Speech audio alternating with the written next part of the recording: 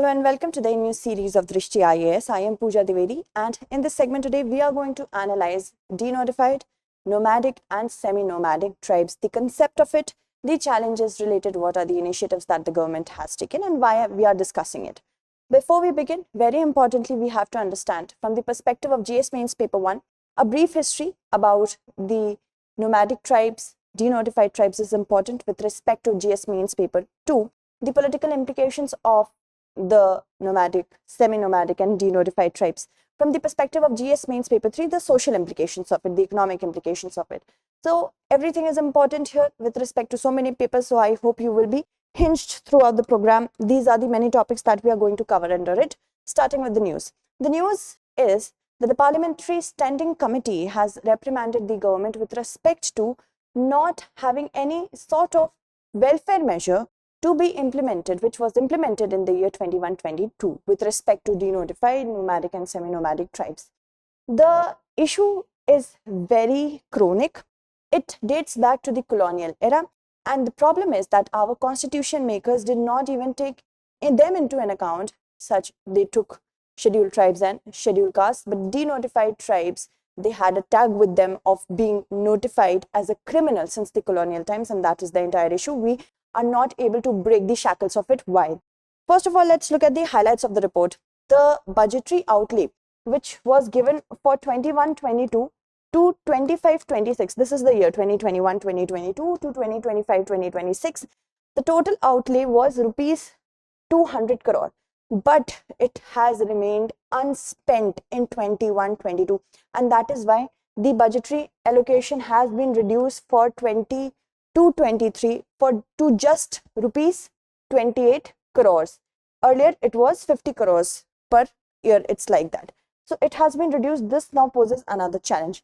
Also, there is a delay in formulation of schemes for welfare for denotified, nomadic and semi-nomadic communities. That is why we are able to see that not a single penny was spent, and the Development and Welfare Board for denotified, nomadic and semi-nomadic communities has not been able to take any sort of decision with respect to that. So this is very daunting in nature. If we talk about Development and Welfare Board for denotified, nomadic, semi-nomadic communities, it has been established in the year 2019 on 1st of February, and it is registered under the Societies Registration Act of 1860. Okay, and why is it so? Because the welfare that has been already going through with respect to scheduled castes and scheduled tribes, many denotified communities, tribes are under them. But in order not to create any clash between the Commission for Scheduled Castes, Scheduled Tribes and OBCs, this was registered under the Societies Registration Act. It works under the aegis of Ministry of Social Justice and Empowerment. These are the preliminary facts. So what does this particular board do? This looks at the locations of denotified, nomadic and semi-nomadic tribes, along with improving their status and advising to the government, to the parliament at large, what can be done to improve their status.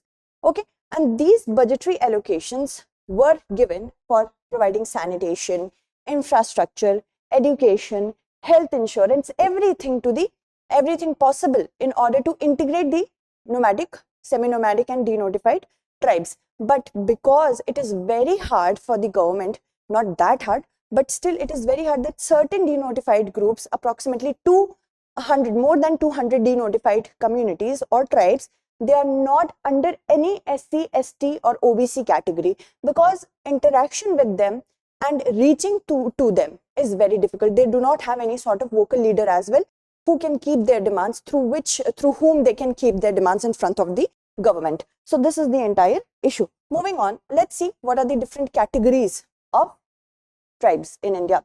Denotified tribes, as the name is, might be hanging into our current scenario with respect to the Criminal Tribes Act of 1871. The colonial masters of India thought that these communities, these tribes, are born to be notified as a criminal.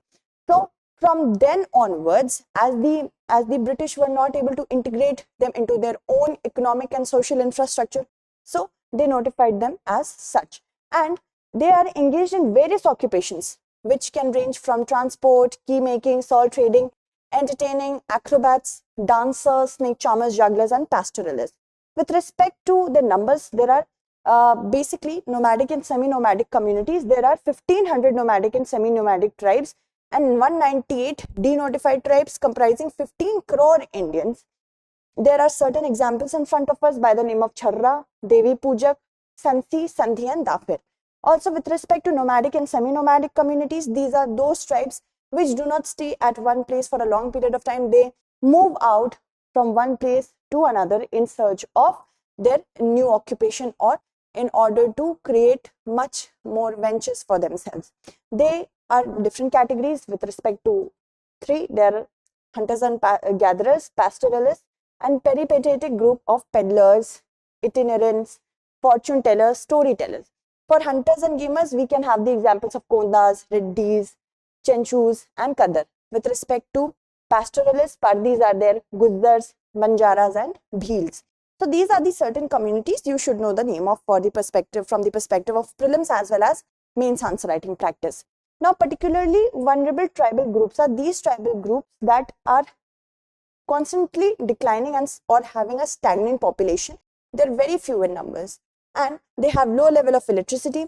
They have pre-agriculture level of technology and are economically backwards. There are approximately 75 PVTGs in India.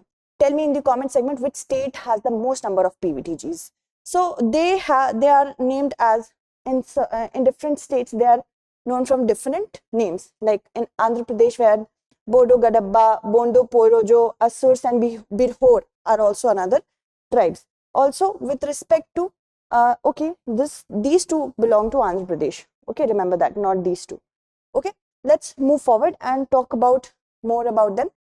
Yes, brief history is very important so that we might be able to form our opinion with respect to why they are today as they are now, as they have been since colonial times, carrying this burden of being a criminal. Largely, they are concentrated in the semi-arid zones, mainly Western, Central, and Deccan India. And the inhuman caste practices and recurring famines led many social groups to embrace nomadism. Very basic thing, very fundamental thing. If they are not able to get food and water because of droughts and famines somewhere, of course they will move out, and so that made them to be nomadic groups. Now, in the medieval period, nomadic communities were produced as a result of strife, as well as a result of basically in the medieval times, whenever wars used to happen, certain people, certain communities were compelled to become a particular group of nomadic tribe. Their nomadic ways of life were perceived as a challenge to the colonial masters of India. They were not able to be integrated into the economic structure of British. That is why they were notified as criminals. So in the post-independence era, the Habitual Offenders Act, it replaced the Criminal Tribes Act of 1871. Okay, so you see that since post-independence, we have had many committees which were working for the welfare of them. It did not work. It did not go very well. The Reinke Commission, which was institutionalized in 2006 and it submitted its report in 2008, did say that the constitution makers were unable to have their consideration with respect to denotified communities, and this is the irony that SCs and STs particularly were looked through but not denotified communities. And with respect to 2001 census, the population for denotified communities was 10.74 crores. Now they have of course increased. Next was Criminal Tribes Inquiry Committee.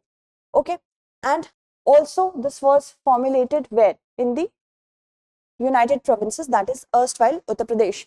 Ananta Sayanam Ayyanagar Committee in 1949 led to the repeal of the Criminal Tribes Act of 1871. Remember this from prelims point of view. Kaka Kelkar Commission also looked through the issues of denotified tribes. Then BP Mandal Commission for OBCs also did the same. But you see that there are still more than 200 communities that are not under SCs, STs or OBCs. That is why welfare schemes for them need to be formulated with a lot of scrutiny.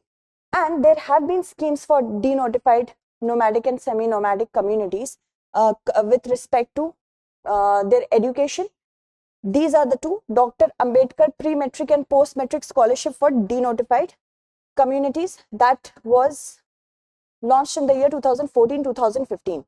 And this is a central sponsored scheme, not central sector. That means the funding is divided between the center and the states into the proportion of 75:25. And the eligibility to get under this particular scheme was just 2 lakh per annum. Okay, with respect to Nanaji Deshmukh scheme of construction of hostels for DNT boys and girls, at the same 2014-2015, under it's a central sponsored scheme. That means hostel facilities would be given implemented by the states, and the funding will be in the proportion of 75:25 with respect to center and the states. So these are the other things that we have to see. There are many challenges that pertain to the denotified nomadic tribes. Their issue of identity. First of all, many people see them as not belonging to any religion, not having any sort of principles and ideologies. They can be Hindus, Muslims, Christians, Sikhs, anything. So their identity crisis is a lot. Where to put them? Categorization is very difficult. Which the second one is lack of basic infrastructure facilities. If they are not settled or stagnant at a place, it is very impossible for the government to provide them any sort of infrastructural facilities. There are bad treatment by local administration as well, because the stigma is so old. It is so hard even today for a minority, for a person belonging to other communities other than the general categories. It's important that we integrate them. Yes, that is very important, because they have been carrying the burden of not being looked after since the colonial times. So this is one thing that they have, that because of the bad treatment they are getting, because of their criminal tag the colonial masters gave them. This is another thing. There is lack of social security cover. Not many policies have been formulated apart from these two major ones, which can look after the social issues of DNTs. Let's move on and talk about the way forward. First of all, we need economic empowerment, then it will be followed by social empowerment. That can only be given through social security schemes, especially for those who are not covered under any reservation. And educational schemes can be made very, not like one size fits all, not at the central level but state level as well, because the marginalization of different tribes are different in every state. But one thing remains in common, that is they are marginalized at every level. Awareness about reservations should be made clear, and of course they are not very, first, as I told you, they are not very vocal with respect to their politics. That means they do not have any leader. They do not know how to keep their demands completely in front of the government. That is a lack. So they should be empowered with the help of economics, with the help of social security schemes, social empowerment and educational schemes, so that the government can know what do they need. Also, social awareness with respect to the stigma should be initiated at the social level. More and more people should come forward to help these communities and not just stigmatize them more. Let's move on to the means-based question. It is an irony that the denotified tribes somehow escaped the attention of our constitution makers. We have to comment on them. This is said by the Rainke Committee. Okay, so that's it for today. Tomorrow we shall meet again with another segment. Until then, stay updated and thank you so much for watching.